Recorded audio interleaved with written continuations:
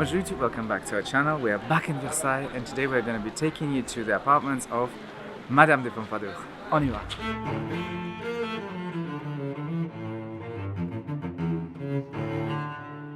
Today we continue to explore the parts of Château de Versailles that are not often open to the public, but should be on your to-see list when you come here.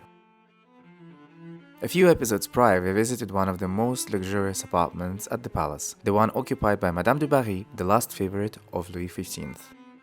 This time, we'll be going one floor higher, to a smaller but equally significant place, the apartment of the most famous favorite and a long-term friend of the same king, Louis XV, Marquise de Pompadour.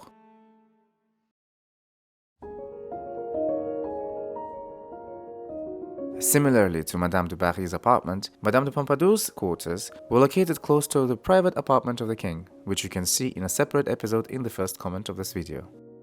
This placement had a purpose as Louis XV needed to be able to get to his favorite discreetly. The apartment was initially used by La Duchesse de Châteauroux and her sister, La Duchesse de l'Uruguay, between 1743 and 1744. However, following Madame de Châteauroux's passing, Louis XV gave these spaces to Madame de Pompadour, or as she was initially known, Jeanne-Antoinette Poisson. But who was this Jeanne-Antoinette? Born in 1721 to a bourgeois family, Jeanne-Antoinette initially became Madame Lenormand de Tilleuls by marriage. In February 1745, she was invited to a masked ball at Versailles in honor of the marriage of Dauphin Louis Ferdinand. Le Dauphin never ruled, but was the father of the three kings of France, Louis XVI, Louis XVIII, and Charles X. Following their meeting at this ball, Louis XV fell in love with the young Jeanne-Antoinette and moved her into this apartment. The absence of noble blood earned her many criticisms and great opposition at Versailles. However, she was quickly recognized for her beauty and intelligence. Jeanne-Antoinette was a cultured woman and regularly attended literary salons, where she exchanged ideas and met intellectuals.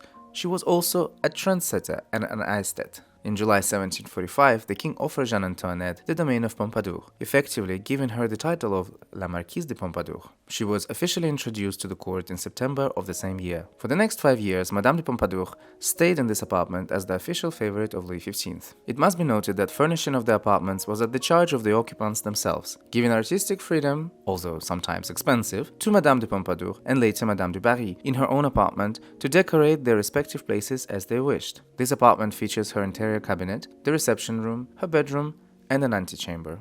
She exercised great influence on the king's decisions and managed to get her own brother, Marquis de Marigny, a position of the general director of the king's buildings. By 1750, Madame de Pompadour passed to the status of Louis XV's confidante and moved to the ground floor of the central part of the chateau. A year later, she encouraged the publication of the first 2 volumes of the Encyclopedia of Diderot et Lambert. But her influences and privileges did not stop there. In 1753, Marquise de Pompadour became the owner of l'Hôtel d'Evreux, today Palais des Élysées, the palace of the President of the French Republic. There were other domains that Marquise owned or rented, including the magnificent Château de Champs-sur-Marne, which we have visited a couple of years back, link in the comment below. Le Petit Trianon, which later famously became the palace of Marie Antoinette, was effectively built for Jeanne-Antoinette, although she'd never see it completed. She was behind the creation of the Sèvres porcelain manufacture, which still functions today. The works of Place Louis XV, today Place de la Concorde, were also supported by her. In short, Madame de Pompadour did not waste her time enjoying the privileges only, but instead left a significant imprint on the history of France in the way she saw fit. She stayed at Versailles, close to Louis XV,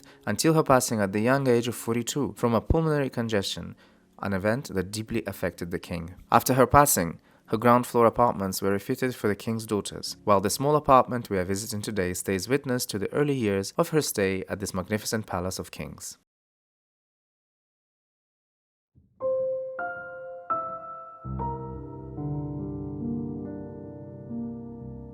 As we left this private corner of Madame de Pompadour, we walked through a narrow corridor that led us to the back of her apartment. Here we were presented with private wardrobe rooms,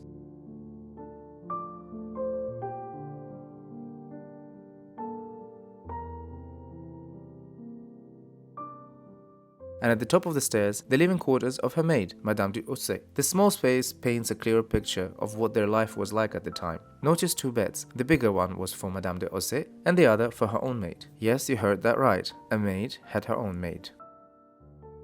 Passing above the beautiful Cour des Serres, or the Deer Court, we made our way to the grand supplementary attic library of Louis XV, which was also used by Louis XVI. It is said that Louis XVI liked to use this grand table, which was actually made in 1785, to consult different works he would have out at the moment.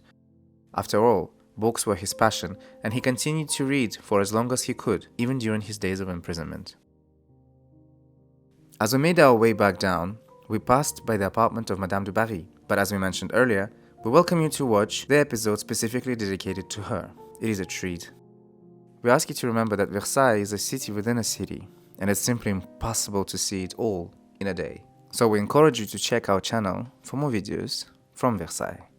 So thankfully we started with the apartments of Madame de Pompadour, and because the guide took so much time, thankfully, because we already visited the apartments of Madame de Barry. So I wasn't expecting anything, but this time the apartments of Madame de Pompadour, there were so many things to see and I really enjoyed it. I don't think you can do two at the same time. The apartments of Madame de Pompadour and Madame de Barry, you cannot do it at the same time because there are so many things to see, and I think you should do it separately. It's much better. By the time we reached to Madame de Barry's apartment, and the guide was rushing already because we already took 2 hours. I think you should be doing it separately. Overall, it was a nice experience for me. I really enjoyed it, and I don't know what Anton thinks about this visit. What Sinan is saying basically is correct. You need to be visiting these apartments separately. I loved the furniture in the apartment. I absolutely loved it. And it's just overall such a wonderful experience. And one thing I almost forgot to tell you guys, we were informed today that the sofa in the library of Madame de Barry's apartment is soon going to go for restoration because current decor on the sofa, the tapestry, is not correspondent of what should be there. So they're going to be sending the sofa to the restoration place. And if you want to see it the way it is now, you can watch our video, or you can come here early, quickly, because it's going soon. It's going away soon from here. Otherwise, you will probably just have to wait until it comes back. And we don't even know if the library will remain open, because normally if they remove something, they might even close it. Yeah, normally they close it. We don't know. Yeah. We'll see. But yeah, idea. And that's it for today. We hope you liked this episode. If you would like to see more of these videos, please don't forget to like, share and comment below. And until the next one, au revoir.